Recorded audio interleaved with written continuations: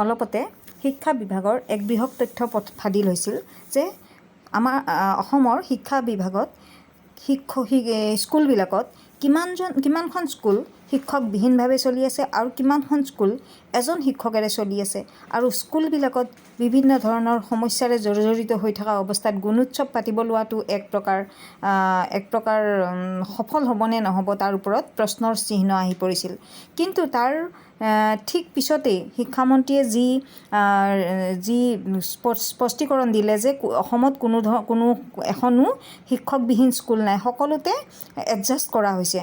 Adjust কৰা হোৱা বুলি কওঁতে কথাটো সকলোৱে খুব সন্দেহজনক হিচাপে চাইছে, কাৰণ নিযুক্তি বন্ধ থকা অৱস্থাত শিক্ষক নথকা স্কুলত কেনেকৈ দিয়া হ'ল নিযুক্তি বন্ধ আছে।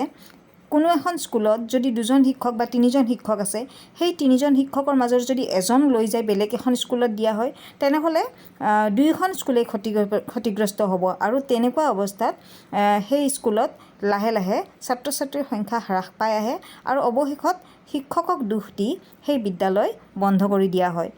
আৰু এই সমস্যাটোকে প্ৰাথমিক শিক্ষা সন্মিলনীয়ে প্ৰকাশ কৰিছে যে শিক্ষক নিযুক্তি বন্ধ থকা অৱস্থাত শিক্ষক নথকা স্কুলত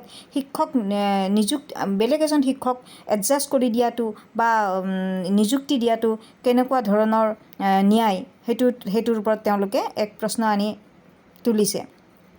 গতিকে এতিয়া এই কথাটো এক সন্দেহজনক হিচাপে লৈছে সকলোৱে যে এডজাষ্ট কৰা বা শিক্ষক নিযুক্তি দিয়া কথাটো এই সময়ত কিমান দূৰ যুক্তিপূৰ্ণ। যদি দিছে তেনেহ'লে এইটো কোন ফালৰ পৰা ন্যায়সংগত হৈছে, এই প্ৰশ্নটো তুলি প্ৰাথমিক শিক্ষা সন্মিলনীয়ে এক বিবৃতি প্ৰদান কৰিছে।